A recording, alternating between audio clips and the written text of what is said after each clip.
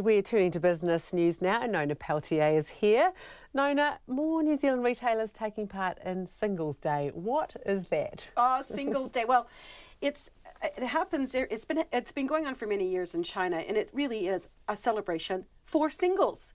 But for some reason, e-commerce sites like Alibaba and so on have used this occasion to reach out to the single group and offer huge discounts on websites, and it sort of snowballed from there, and so now it's a really big event. In fact, it is the largest shopping day online in the world. Wow, so it beats Black Friday.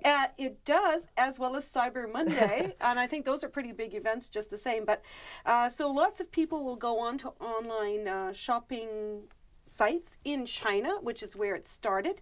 A lot of Chinese people in New Zealand and so on. But now New Zealand retailers are getting in on the act because, of course, people are ordering up their shopping for Christmas. They want to get in early. And in a couple of weeks, we're going to have Black Friday, and then we're going to have Cyber Monday. And these are very popular with shoppers here in New Zealand, just like anywhere else in the world.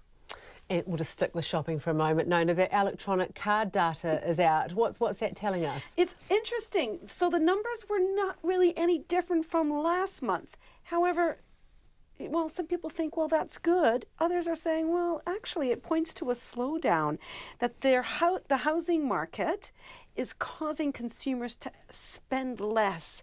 While the Reserve Bank has been thinking that people would be spending more, that there was a decoupling from the housing market. Some analysts are saying the Reserve Bank is wrong, that in fact the slowdown in the housing market is also slowing consumer spending, and that is going to have an impact on economic growth going forward. So we'll see what happens with that. But anyways, it wasn't a really strong indicator. Although what people were spending on, they were spending it on bars and restaurants. Yeah, so I think we're going to see a lot more of that leading up to Christmas. Yeah, I bet. And they don't all spend it tomorrow at the Singles Day events. It is the season. Yeah. And what happened on the markets today? Well, you know, the NZX Top 50 Index actually fell quite a lot. It fell 0.5%, which is a significant amount. Of course, it fell a lot in the United States. Asia's also off its game. That's partly because the U.S. tax bill that's come through isn't really what the market was expecting. It looks like it'd take a long time before it's implemented, and frankly, some people wonder if it ever would be. So that's put some darkness on the market for sure. It fell 0.5% down, 47 points to 7,974. So we've dipped below that 8,000 mark we've been above for quite a while. In terms of the dollar, it's steady, but that's also because the U.S. dollar took a little bit of a beating as well when it looked like that tax package wasn't going to meet Donald Trump's expectations.